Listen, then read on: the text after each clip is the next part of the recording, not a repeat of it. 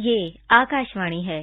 प्रस्तुत है कार्यक्रम सुर्खियों में। पोषण माह श्रृंखला के अंतर्गत आज सुनिए सही पोषण से देश रोशन विषय पर चर्चा। इसमें भाग ले रहे हैं राजनीतिक विश्लेषक के.वी. प्रसाद और आकाशवाणी संवाददाता कमल कुमार प्रजापति। 2018 में सरकार द्वारा देश को पोषण मुक्त बनाने की दिशा में एक फ्लैगशिप अभियान शुरू किया गया था और इस बार ये तीसरा अवसर है जबकि राष्ट्रीय पोषण माह मनाया जा रहा है सितंबर माह में। इस बार भी पोषण माह में कई गतिविधियों का आयोजन होना है जिससे कि पोषण को लेकर और विशेष रूप से जो कुपोषण की समस्या है देश में उसको दूर करने के लिए जागरूकता आए लोगों में और इसीलिए देश भर में इस बार भी राष्ट्रीय पोषण माह के अवसर पर कई गतिविधियां आयोजित होंगी। घर घर जाकर आंगनवाड़ी कार्यकर्ताओं द्वारा कुपोषित बच्चों की पहचान की जाएगी। जमीनी स्तर पर इस बार इस अभियान को संचालित करने की एक योजना तैयार की गई है जिसमें कि सामुदायिक भागीदारी और जन आंदोलन के तहत सभी गतिविधियों का आयोजन होगा। सभी संचार माध्यमों का इसमें इस्तेमाल होगा, चाहे वो सोशल मीडिया हो या आउटडोर मीडिया हो। तो मिस्टर प्रसाद, सबसे पहले हम आपसे यही जानना चाहेंगे कि देश में सरकार द्वारा जो ये पोषण अभियान हर साल मनाया जाता है, कुपोषण को खत्म करने की दिशा में इस अभियान की कितनी महत्ता है? जी, महत्व तो बहुत है क्योंकि हमारे देश में पाया गया है कि गरीबी और कई और कारणों की वजह से कुपोषण एक, जैसे आपने खुद कहा, एक काफी व्यापक तौर से मौजूद है और विश्व के आंकड़े बताए जाते हैं कि कम से कम जो 15% लोग हैं जो कि किसी न किसी कुपोषण के चलते हुए स्वास्थ्य के परेशानियां लग जाते हैं। इसमें हम दो तरीके से खास कर देखते हैं, जैसे कहते हैं कुपोषण या न्यूट्रिशन के ना होने से। एक तो स्टंटिंग, जिसे कहे कि कम लंबाई उम्र के बतौर, और दूसरा वजन कम हो बतौर लंबाई। ये दो एक मापदंड हैं जिसके तहत सरकार अपनी तरफ से कोशिश करती है। ये जो अभियान पोषण लॉन्च हुआ था 2018, जैसे आपने कहा था, तो ये एक कई सारे जो स्कीम्स है भारत सरकार के अलग अलग मंत्रालयों में, उनको एकत्रित किया गया और एक तरह से उसकी मॉनिटरिंग और निगरानी एक पूरा सिस्टम को बनाया गया है।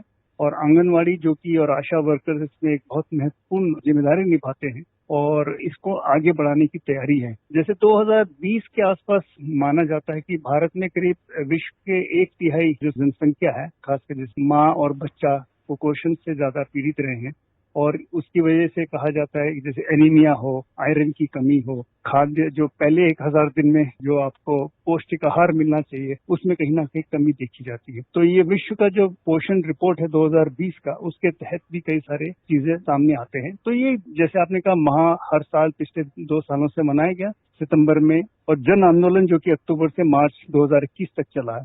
तो ये दोनों कार्यक्रम है जिसमें कि लोगों की भागीदारी, जन आंदोलन, और जो हमारे आंगन कार्यकर्ता है और जो हमारे बाकी लोग हैं वो भी इसमें जो स्वास्थ्य कर्मी है इससे जुड़ते हैं।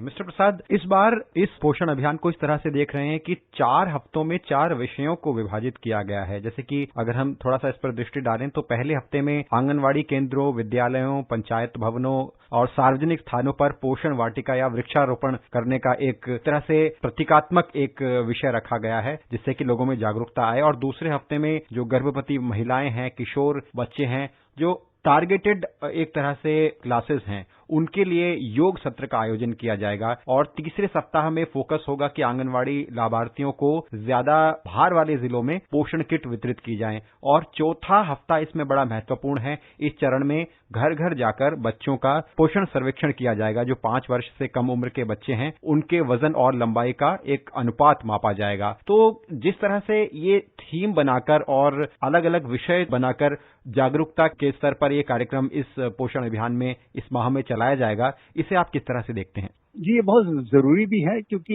ये जो आपने जो अलग अलग बताए हैं उसके वजह यह है कि फोकस आंगनवाड़ी का, स्वास्थ्य कर्मियों का, जो स्वास्थ्य से जुड़े हुए लोग हैं, पूरे जो नीचे ऑक्सिलरी हेल्थ सेंटर्स में भी चाहे काम करते हैं और घर घर जाके जो आशा वर्कर्स भी काम करते हैं, उनको कोई फोकस मिले कि टारगेटेड ये हफ्ता हमने इस पे ध्यान देना है। उसकी वजह एक देखी गई है कि जिसे अंग्रेजी में कहावत है बिहेवियरल चेंज, मतलब आदत किस तरह से लोगों की बदले, ताकि बचपन से कई आदतें पड़ गई हैं आपको, लेकिन कुपोषण को खत्म करने के लिए बहुत जरूरी है कि स्वास्थ्य और सफाई दोनों साथ चलते हैं। तो जैसे आपने कहा कि आंगनवाड़ी हमारे जैसे कहते हैं वो लोग हैं जो बिल्कुल आखिरी मील तक चीजें लेके चलते हैं और उनको पता होता है कि किस गांव में, किस घर में क्या समस्या है, क्या बच्चे के साथ विशेष देखरेख की जरूरत है। उनको पूरा एक तरह से अंदाजा रहता है, डेटा भी रहता है उनके पास।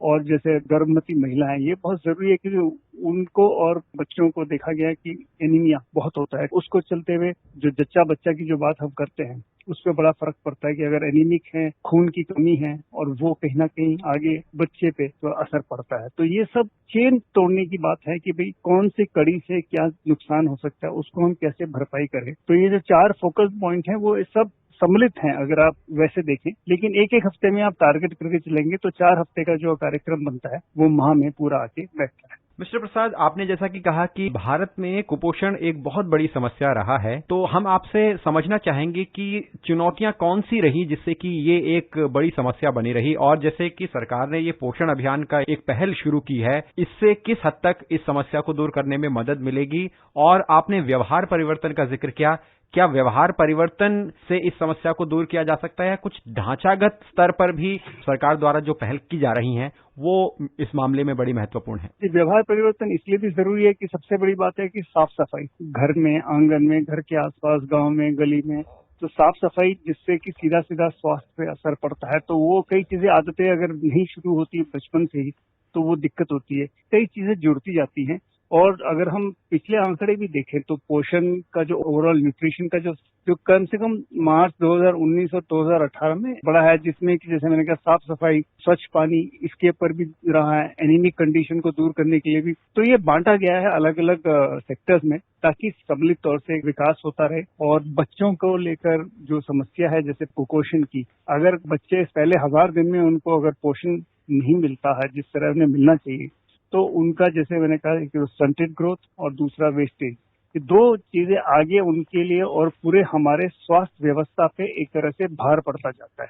तो उनके लिए बहुत जरूरी है कि हम ये इसी लेवल पे, इसी शुरुआत के दिनों में ही इसको अग्रसर होके उस पर काम कर रहे हैं। इस बार का जो पोषण माह होगा उसमें जैसा कि मैंने अभी जिक्र किया, एक विशेष बात यह है कि सर्वेक्षण पर जोर दिया गया है, यानी जमीनी स्तर पर हम बच्चों की जाकर पहचान करें कि किस इलाके में कुपोषित बच्चों की संख्या ज्यादा है। तो जो जमीनी स्तर पर इस तरह के जो सर्वेक्षण का आयोजन किया जा रहा है, इससे आपको क्या लगता है कि किस हद तक हम बच्चों की पहचान कर और जो सरकार द्वारा योजनाएं दी जाती हैं, जो पोषण युक्त भोजन वितरित किया जाता है, उसको सही तरह से वितरित करने में कितनी मदद मिलेगी? ये जैसे आपने कहा और ये बहुत जरूरी है। अगर हम पिछले साल के आंकड़े देखें, खासकर अगर आपने जुलाई 2020 का जो रिपोर्ट नीति आयोग चूंकि इसको पूरी निगरानी रखता है, उनके आंकड़े देखे तो पिछले बारी जैसे आंगनवाड़ी में जो बच्चे एनरोल्ड हैं आंगनवाड़ी सर्विसेज में, तो करीब 99% बच्चे इसमें एनरोल हुए थे। उसी तरह जो गर्भवती महिला हैं वो भी 99% के आसपास हैं, और जो स्तनपान करने वाले जो हैं उनके भी 99% है। लेकिन और कई लोगों में अभी आधार से जुड़ा हुआ जो सर्विसेज हैं वो बहुत कम है। तो टेक्नोलॉजी का इस्तेमाल इसलिए भी किया जा रहा है कि आपको पता लगे कौन से घर में क्या समस्या है, क्या चीजें उपलब्ध कराई जा रही हैं। हर एक बच्चे का, हर एक परिवार में कोई ना कोई समस्या आ सकती है। तो एक तो आंगनवाड़ी का, जैसे मैंने शुरुआत में भी कहा, बहुत फायदा रहता है कि गांव-गांव में उनको अंदाजा रहता है कि किस घर में क्या जरूरत है।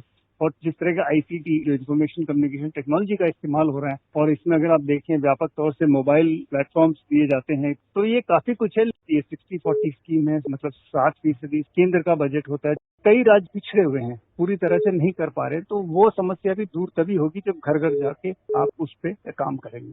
सही पोषण देश रोशन, इस स्लोगन के साथ इस बार का ये पोषण माह सेलिब्रेट किया जा रहा है, और उम्मीद की जाती है कि जो सरकार ने इस बार इस पोषण माह को मनाने के लिए पूरा एक कार्यक्रम तैयार किया है वो सफलता के साथ पूरा हो, और जो जन भागीदारी सुनिश्चित की जा रही है और व्यापक स्तर पर जागरूकता के कार्यक्रम चलाए जा रहे हैं, तो उन कार्यक्रमों की वजह से उम्मीद करते हैं कि जो कुपोषण मुक्त भारत की परिकल्पना है सरकार की, वो पूरी हो। मिस्टर प्रसाद, आप कार्यक्रम में जुड़े, आपका बहुत बहुत धन्यवाद। धन्यवाद।